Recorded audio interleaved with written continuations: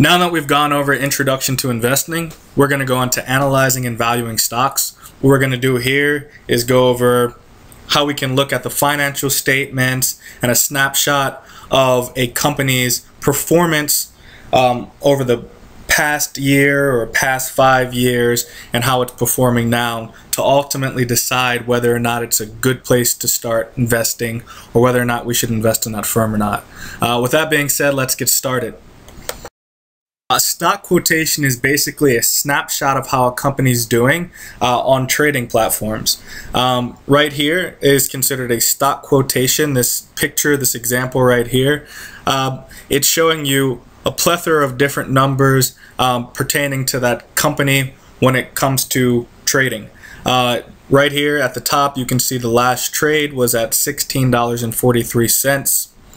If you look at the change, you can see that it's actually appreciated over the past period of time since the last trade. It's gone up 5.32%. The previous close, or the close from yesterday, it closed at $15.60, while on this particular day it opened at $16.35. The bid price and the asking price is currently not known on this particular company. If you look over here, you see days range, which means that it has fluctuated from $15.74 to $16.84 so far throughout this day. Underneath that, it shows you the 52-week range, meaning at its lowest point in time, where was it trading, and its highest point in time throughout that year, where it was trading. Here it was trading as low as $15.58. Its highest was $52.63. Here you see the volumes of the trades, the average volumes of trades, the market caps, the price earnings ratio, and things of that nature. I'm not going to go into too much detail on this particular quotation right now, but you're going to get a better understanding of this as we go on. What are annual reports? An annual report contains the financial information of a company and a letter from the CEO, usually summarizing the past performance of a company as well as the future expectations. It also shows you the balance sheets and the income statements of the company.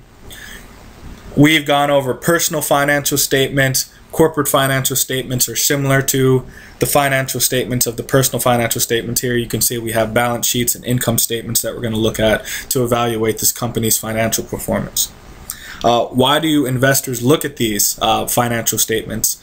The balance sheets and the income statements help them to analyze a company's liquidity, their financial leverage, their efficiency, and ultimately their profitability.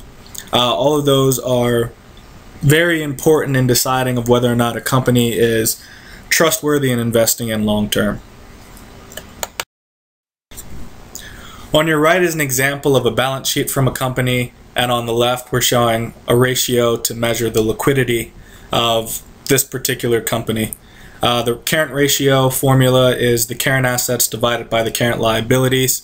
Because there are no liabilities in the starting balance, we're going to focus on 2000, the year 2000 here. The total assets, or the current assets in the year 2000, or $1,448,236, and the current liabilities are $183,660. So what we're going to do is we're going to divide the assets by the current liabilities, and that current ratio is 7.88.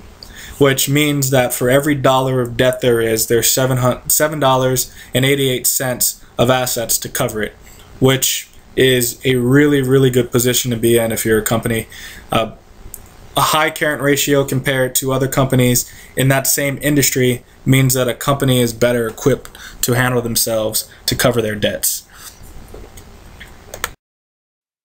Another ratio you want to look at is to determine the financial leverage of a company, which is trying to figure out a firm's reliance on debt to support their operations.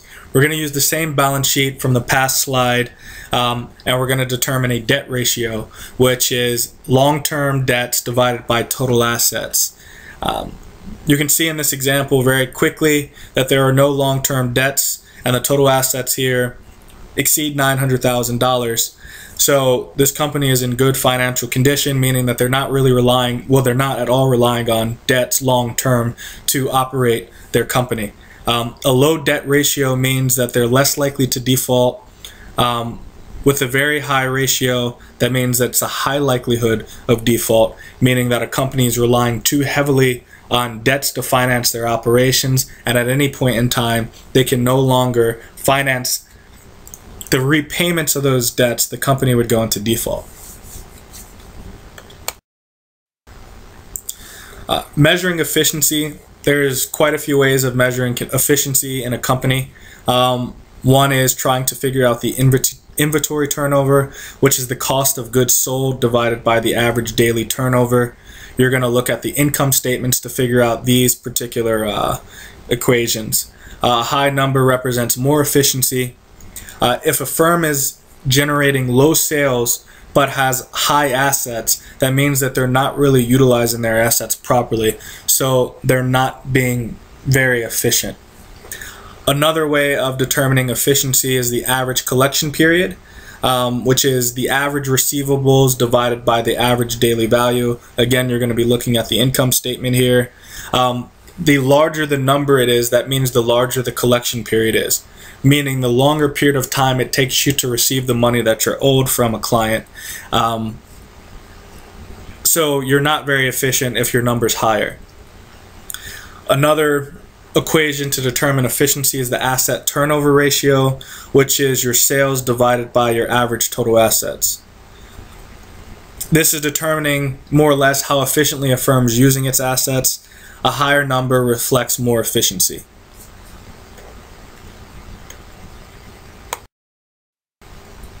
Profitability. A couple of ways of looking at profitability. Your net profit margin is your earnings divided by sales. Your return on your assets is your net profit divided by your total assets. Your return on equity is your net profit divided by your equity. For each of these equations, a higher ratio indicates a higher level of profitability, which, of course, profit is good.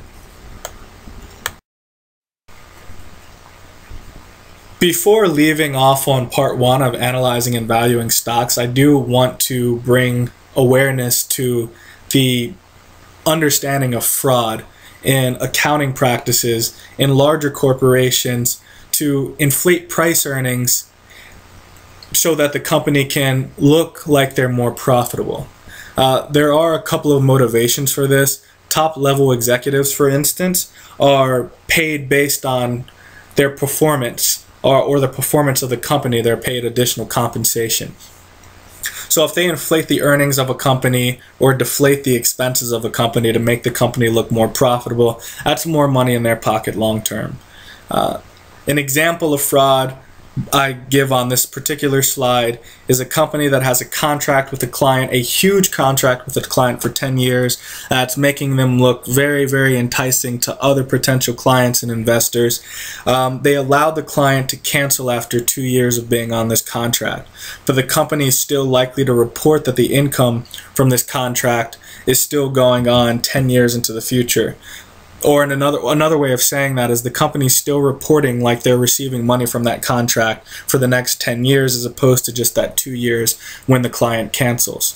And they'd be willing to do this because this particular, like I said before, this particular contract's very enticing to other clients. And if other clients or investors knew that they didn't have this client anymore, they'd be less likely to invest in this company. That's the end of part one of valuing and analyzing stocks. We're going to go ahead and get into part two very shortly. Thank you for listening. I look forward to seeing you all in the next video. Take care.